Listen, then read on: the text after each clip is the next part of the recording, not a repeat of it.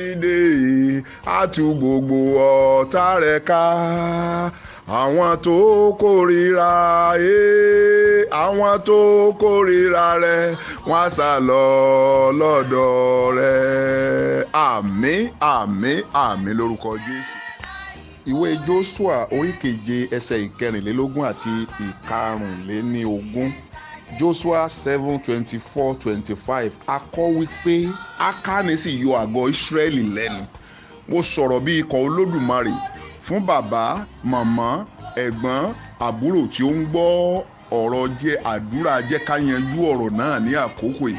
Gbogbo nǹkan tó sọra rẹ̀ di Akani nínú àgọ́ rẹ̀ lè jẹ́ ẹbí, àgọ́ rẹ̀ lè jẹ́ ibi iṣẹ́, àgọ́ rẹ̀ lè jẹ́ ilé ìwé kíkà, àgọ́ rẹ̀ lè jẹ́ ibi tó ti ń kọ́ṣẹ́, àgọ́ rẹ̀ lè jẹ́ ọ̀nà ìgbàjẹ́ ìgbàmú rẹ̀. Mo sọ̀rọ̀ bí ikọ̀ Olódùmarè, ọ̀sán ló jẹ́, àárọ̀ ló jẹ́, òwúrọ̀ ni, alẹ́ ni, níbikíbi tó bá wà, gbogbo Akani náà ẹ̀mí mímọ́ sí wọn lọ́wọ́ ọṣẹ́.